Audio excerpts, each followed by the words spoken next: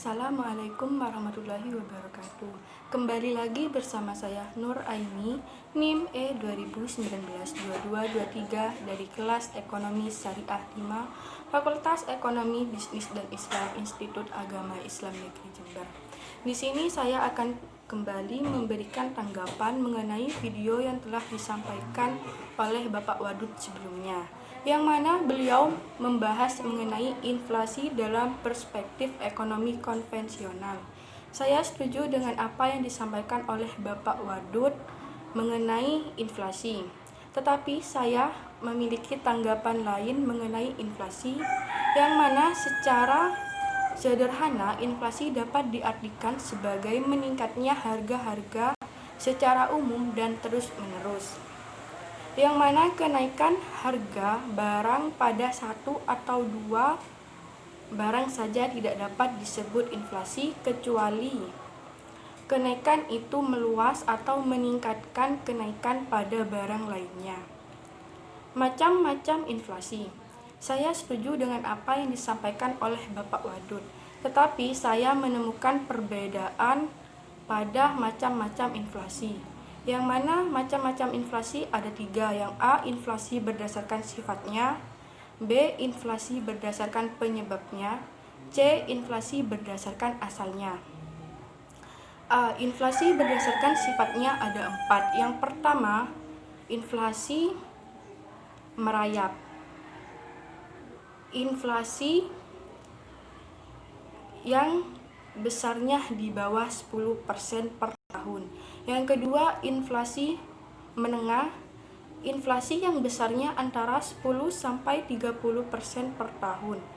Yang ketiga, inflasi berat. Inflasi yang besarnya antara 30 sampai 100% per tahun.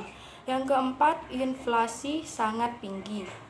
Inflasi yang ditandai oleh naiknya harga secara drastis hingga mencapai 100% per tahun. B, inflasi berdasarkan penyebabnya ada 3. Yang pertama, inflasi permintaan. Yang kedua, inflasi penawaran. Yang ketiga, net inflation, yang mana inflasi ini dipicu oleh faktor penawaran atau faktor permintaan. Inflasi berdasarkan asalnya. Saya setuju dengan apa yang disampaikan oleh Bapak Wadud bahwa inflasi berdasarkan asalnya ada 2. Yang pertama, inflasi yang berasal dari dalam negeri. Yang kedua, inflasi yang berasal dari luar negeri. Sebab-sebab inflasi. Saya setuju dengan apa yang disampaikan oleh Bapak Wadud bahwa sebab-sebab inflasi ada 3. Yang pertama, inflasi permintaan. Yang kedua, inflasi penawaran. Dan yang ketiga, inflasi campuran. Pembagian inflasi dalam ekonomi Islam. Saya juga setuju dengan apa yang disampaikan oleh Bapak Wadud bahwa pembagian inflasi dalam ekonomi Islam ada 2. Yang pertama, natural inflation. Yang kedua, human error inflation. Dampak inflasi dalam perspektif ekonomi Islam. Saya setuju dengan yang disampaikan oleh Bapak Wadud. Selanjutnya, solusi inflasi dalam ekonomi Islam.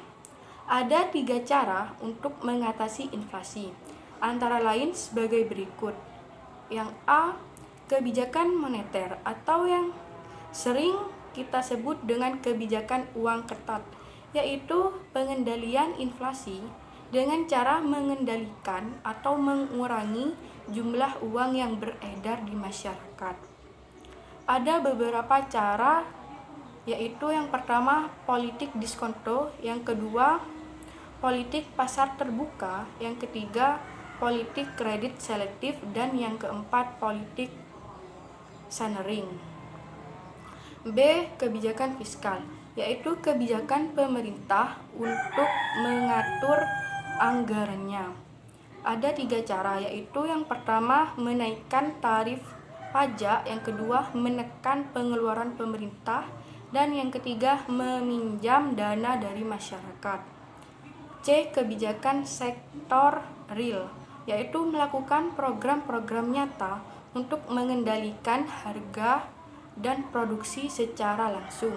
Ada 5 cara, yaitu yang pertama, menurunkan subsidi pemerintah. Yang kedua, menaikkan atau meningkatkan hasil produksi. Yang ketiga, mengusahakan peredaran barang dalam negeri lebih banyak. Yang keempat, adanya kebijakan upah. Dan yang kelima, menetapkan harga maksimal untuk barang-barang tertentu. Referensi LKS Ekonomi Sekolah Menengah Atas kelas 11 semester 1. Demikian yang dapat saya sampaikan. Kurang lebihnya mohon maaf. Wabillahi taufik wal hidayah. Wassalamualaikum warahmatullahi wabarakatuh.